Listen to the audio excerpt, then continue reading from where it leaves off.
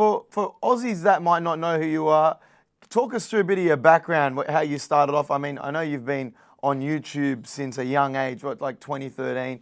You ventured out to working with Mr. Beast.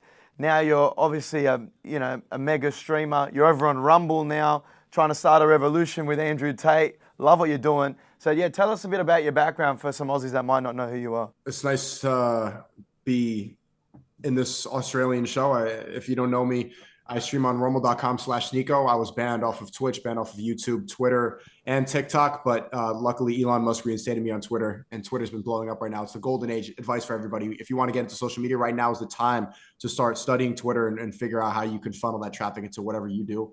But I was banned on YouTube for COVID misinformation, election misinformation, and cyberbullying for making fun of girls' eyelashes. I was banned on Twitch for absolutely no reason, for eating a salad. Genuinely, they said it was ban evading, but it had nothing to do. I never had a Twitch account. I got banned within a week. Banned on Twitter for inciting violence, TikTok for I don't know why. So they're trying to wipe out a specific message. And I stream every single day on Rumble at 8 p.m. Eastern time. I don't know what time that is in Australia. That's probably like noon or 11 a.m., something like that. Mm-hmm. And of course, free Andrew Tate, free Tristan Tate. They're locked up right now. They're completely innocent. They're trying to paint them as violent misogynists. And, the same thing is happening to me right now. Genuinely, the people that are trying to cancel Andrew and Tristan Tate, people like H3H3, Ethan Decline, these like fat, overweight, antidepressant, vaccinated, like brainwashed people who believe in everything they're supposed to believe in. They're trying to paint me right now as a violent misogynist. And so right now, you need to play this like a chessboard. A piece of advice that Andrew gave me back when I met him in Bucharest was that you need to play the game. You need to play the game because when you're fighting the system, and I see you have the New World Order shirt, it's like, of course, there's a level of like, when you first realize the truth about the world, you get extremely upset. And I got red pilled in real time while I was streaming, like realizing how brainwashed everybody was. And I'm just like, fuck the system, fuck this. I was like extremely angry about it, but he was just trying to tell me like, you just need to play the game. So I need to be more strategic about it now. Like everybody wants to cancel me. They're going to try to paint me as a violent misogynist, but I hope everybody listening in Australia, you can hear it. Like, why would I do that? If people don't really think critically anymore, they latch on to cancel culture when they have no other meaning in their life. I've seen the criticism from people like, that big fella, H3H3. I think he was just on with Bradley Martin, getting stuck into you. He's not your biggest fan. For those that don't know, like you said, you've developed a bit of a relationship with Andrew Tate and Tristan Tate. You were over there in Romania. What have you kind of learnt from them that probably the best message that they passed down, apart from, playing the game? I think from Tristan specifically, it's that not everything is just about the content. Like you need real world experience.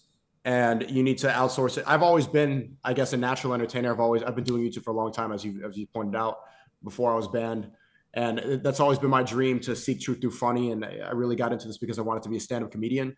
But to get to a certain level of wealth and freedom, you need to have different businesses. You need to have different relationships. If you fully invest yourself in the content, then that's how you become somebody like Moist Critical H3. That's how you become like the fat, antidepressant, vaccinated soy boy playing games all day, if you are fully into this internet world, because it's meant to brainwash you. It's not designed so that you can progress in life. Both of you look like you spend a lot of time in the gym. And a lesson I learned from them is that they blew up so much on social media because of what they do in the real world as well. So you can invest all your time into streaming, into podcasting and stuff like that. But after a while, it becomes an echo chamber because you're not going to learn anything. So a lot of the time that we spent in Bucharest, even though we did a lot of podcasts, we spent at the club, we spent having parties with a lot of women, not trafficked, by the way. They were all consensually there. Thank you for clarifying. Of course. Yeah. There are no cages of women. 30 women in love with Tristan, just all sitting on a couch waiting for a glimpse of his attention. Like they actually need to kick girls out. They're not being trafficked.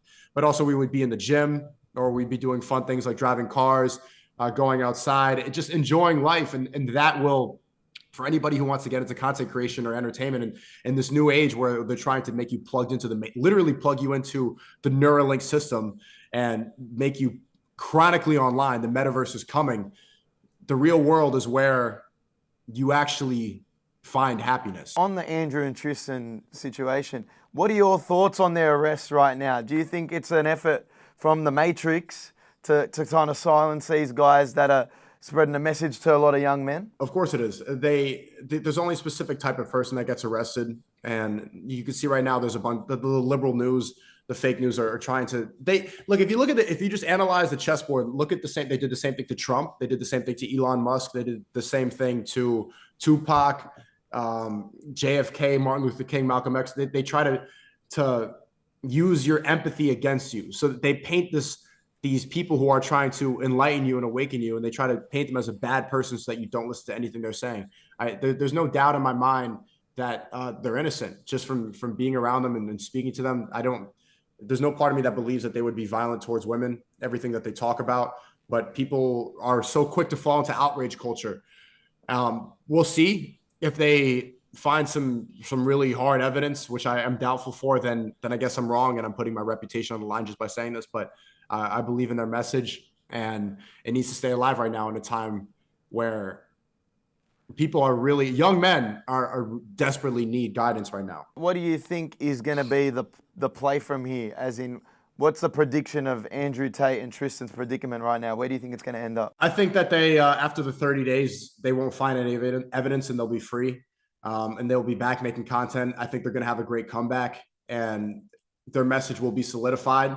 Of course, I'm speaking praise to them right now and trying to keep the message alive, but I can't do it as effectively as they can. I think when they are free, they're going to become even more popular than they were before, which is hard to surpass. Becoming the most Googled person in 2022 was Andrew Tate. So I'm hopeful, but then you already know the next step is assassinating you. Did you find it a bit cryptic that he said, first step, they'll ban me off all social media platforms. Second step, they get arrested. And then third step, he's obviously planned it out already. Did he say that to you when he met you in person? Yeah, we spoke about it, and it seems like he didn't speak about it as if it was inevitable, but it's just that's the course of action. It happens time and time again.